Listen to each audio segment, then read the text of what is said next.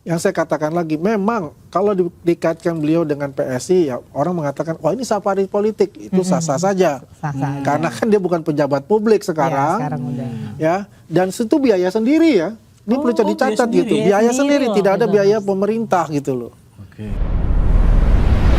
Andi Aswan. Iya. Yeay. Siap.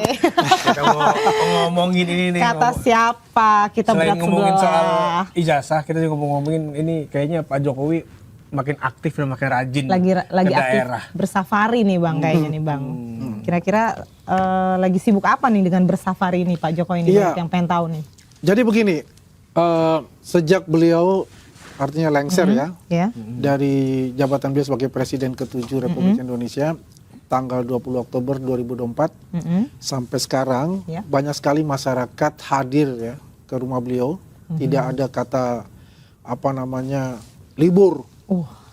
Sehari itu kalau hari biasa ya sekitar 500 sampai 750 orang. Nah kalau hari Sabtu Minggu itu bisa lebih dari 1.500. Oh kalau pas hari libur tuh? Hari libur itu. Jadi luar biasa ya masyarakat open house antusiasme. Masyarakat ingin berkunjung dan bertemu dengan Presiden ke-7 dan juga untuk mendapatkanlah kenang-kenangan yaitu foto bersama dengan beliau kan. Nah di sela-sela itu banyak juga dari masyarakat itu tokoh-tokoh masyarakat meminta beliau untuk berkunjung ke daerahnya. Oh itu permintaan dari tokoh-tokohnya. Permintaan dari tokoh-tokoh itu dan juga masyarakat yang berkunjung ke tempat beliau. Yang pertama itu kemarin juga kan kita berkunjung ke Lampung ya. Nah di Lampung itu kita melihat bagaimana luar biasa antusiasme dari masyarakat Lampung itu sendiri. Tokoh-tokoh masyarakat dari Lampung, ya elit-elitnya politik juga ada dari Lampung itu hadir di sana. Nah safari yang dikatakan mereka adalah safari politik mungkin ada konotasinya bahwa itu membangun image dari PSI ya, Partai Solidaritas Indonesia yang digawangi oleh putra beliau, Kaisang Pangarep untuk itu. Dan selain itu sebetulnya kalau kita katakan safari politik ya kita tidak menampik itu, tapi yang paling di headline itu adalah safari kebangsaan. Jadi silaturahmi berkunjung kepada daerah-daerah yang mengundang beliau jadi untuk berdasarkan hadir. undangan nih, siapapun bisa mengundang. Iya. Ya kemarin di Lampung ya itu luar biasa antusiasmenya ya. Beliau diberikan ya kayak sesepuh adat ya kepada beliau gitu, beberapa kerajaan-kerajaan yang ada di Lampung secara adat ya. Dan bagaimana antusiasme semua daerah-daerah yang dikunjungi yaitu kabupaten-kabupaten kayak Mesuji, terus ada Tulang Bawang gitu kan. Itu luar biasa sambutan-sambutan itu. Dan itu terus mengalir gitu. Itu bukan artinya berhenti. Pak Jokowi berapa terus. minggu atau berapa bulan sekali itu keliling? Ya sebulan sih bisa 2 kali ya. Oh sebulan 2 kali. Bisa 2 kali sebulan itu gitu ya. Juga dong. Ya tergantung ini. Memang fisiknya beliau luar biasa lah. Tapi berarti kalau ada anggapan yang bilang ini nyolong start kampanye itu keliru. Gitu. Ya kalau bilang nyuri start Julid-julid kampanye itu menurut saya itu kapan mau ada kampanye kan nggak ada. Ya ini bukan nyuri start gitu ya. Yang saya katakan lagi, memang kalau dikaitkan beliau dengan PSI, ya orang mengatakan, wah ini safari politik, itu sah-sah saja. Sah-sah. Karena kan dia bukan pejabat publik sekarang, sekarang udah. ya. Dan itu biaya sendiri ya. Ini perlu dicatat gitu, biaya sendiri, tidak ada biaya pemerintah gitu loh. Ya. Even dengan relawannya, ya saya sendiri ya ke Lampung, ke NTT itu biaya sendiri.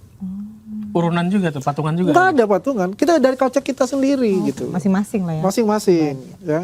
Jadi bukan artinya ini ya kita disupport oleh Pak Jokowi itu enggak. Kita memang dengan kesadaran sendiri, itulah yang dinamakan relawan diehardnya Pak Jokowi. Wah, relawan diehard, Di biaya lapangan sendiri. sendiri, di daerah sendiri kayak gimana? Kalau lihat di media sosial kan Pak Jokowi diterpa isu soal ijazah segala macam gitu kan. Nah ini menarik gitu loh. Nah, kalau di daerah gimana? Di daerah Bang? yang terakhir saya di NTT, saya baru kembali hari Minggu kemarin ya di NTT itu hadir di NTT waktu itu berkunjung namanya Pantai Oisina. Itu di daerah Kabupaten Kupang ya kira-kira ya 100 kiloan lah dari kota Kupang itu. Itu menariknya begini, itu daerah pantai itu terpencil, tapi banyak masyarakat hadir di situ gitu. Di sepanjang jalan masyarakat menyambut juga banyak ya di sana. Yang lucunya banyak ibu-ibu itu mengatakan, ya ini mohon maaf ketika ketemu saya juga, oh Mas Andi gitu ya, Pak Andi gitu kan. Wah ini jadi artis juga saya bilang. Dia bilang, bagaimana Roy Suryo itu? Kalau dia datang kemari, saya pukul dia. Dia bilang, itu ibu ngomong Pak Andi itu. Aswan sampai ditanyain soal. Sampai ditanya seperti, jadi mereka ini di daerah yang terpencil, katanya bukan kota ya, karena itu kabupaten dan itu daerahnya dekat pantai betul, itu mereka paham terhadap isu-isu itu ya. Dan dia bilang, mereka merasakan betul yang namanya pembangunan pada zaman Pak Jokowi. Terutama bagaimana embung-embung ya, air itu ya, waduk-waduk itu terbangun dengan baik dan jembatan-jembatan terbangun dengan baik. Jalan-jalanan pun juga terbangun dengan baik. Itulah dia merasakan gitu. Dia bilang kita nggak perlu omong-omong, nggak perlu omong-omong, kita perlu bukti. Dan ini telah dilakukan oleh Pak Jokowi selama ini dan kami sangat mencintai Pak Jokowi, dia bilang. Ya, makanya di tagline itu kan pulang kampung. Pulang kampung. Oh, Jadi kembali menjadi masyarakat biasa. Ya, enggak, artinya begini, dia sudah dianggap adalah bagian dari keluarga wilayah, ya. besar masyarakat NTT. Nah, Iya, terus ini dan yang kedua nih, menarik lagi satu, yang CFD. Oh, iya, CFD. Car Free Day Iya, hari iya. Sabtunya itu 6.000 masyarakat tuh. Kalau itu saya tanya juga kepada kalau itu ke Kesbangpol. Baru ingat, Bang. Saya Kesbangpol ada berapa ini? Kira-kira Andi itu kira-kira 6.000 orang.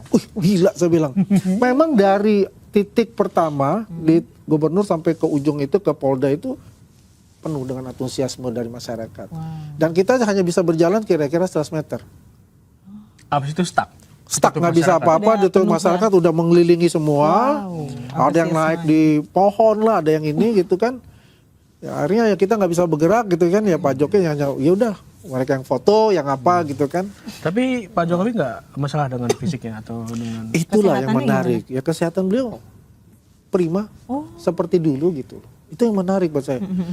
Mohon maaf ya, saya aja kita ini orang-orang muda aja wah gila, bener capek iya, gitu kan, kan, setengah mati gitu kan. Sebulan 2 Tapi kali dia keluar bisa kota, gitu. ke pedalaman Iya. kan jauh banget. Berarti fisiknya memang bagus untuk itu. Ya, satu pelajaran juga buat kita gitu. Bagaimana memanage waktu itu lebih baik. Iya benar. Tapi ada yang menarik juga sih bahwa safari kebangsaan tadi yang Pak Jokowi sebut itu katanya mau bikin poros baru nih di pemilu 2029. Abang melihatnya anggapan itu kayak gimana? Poros Ya, kalau dikatakan bahwa bikin poros baru dan sebagainya, apapun yang dilontarkan itu, saya belum mendengar dari Pak Jokowi langsung untuk itu ya. Tapi kalau sudah dianalogikan oleh teman-teman dari partai politik gitu kan, ya itu suatu hal yang wajar kalau itu benar ya. Karena apa? Ya beliau kan bukan lagi pejabat publik atau apa ya. Dan rata-rata kan pejabat-pejabat itu presiden maupun mantan presiden itu kan punya partai politik. Ya, itu tidak bisa dinafikan gitu. Itu hal yang biasa untuk itu. Pak Jokowi dengan ramenya isu ini, terus rame juga di daerah. Mulai ada parpol selain PS yang masuk. Ya, kalau kita bicara apakah migrasi. ada juga partai politik yang sempat jadi high fever ya, demam. Iya. Ya, dengan adanya Pak Jokowi masuk ke tempat yang menurut mereka itu ada kantong suara mereka. Menggali ceruk pemilih. Ya, ibaratnya akan bermigrasi ya. Ya, sebaiknya mereka juga waspada. Waspadanya begini. Tolong Anda rawat, ya punya konstituen gitu loh. Jangan setelah Anda duduk di kursi empuk di DPR, Anda tinggalkan hanya janji-janji saja. Nah, kalau Pak Jokowi tidak mau berjanji, tapi dilakukan langsung di lapangan, dibuktikan dengan kerja nyata. Kan gitu. Soal ada kekhawatiran itu gimana Bang? Ada suara-suara yang beralih katanya. Itu tujuannya untuk mengambil suara-suara mereka gitu.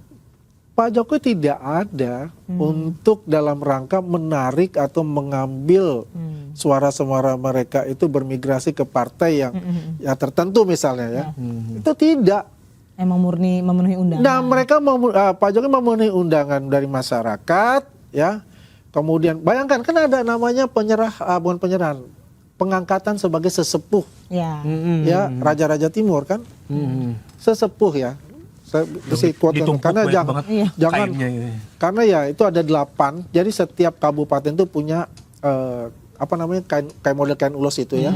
Kain tenun itu bermacam-macam. Berbeda-beda motif. Gitu loh. Jadi itulah penyerahan bahwa beliau ini diangkat sebagai keluarga dari Raja-Raja Timur. Ya, seperti itu. Gitu. Artinya Gak sempet baca? Dengerin aja, klik icon text to speech di okezone.com.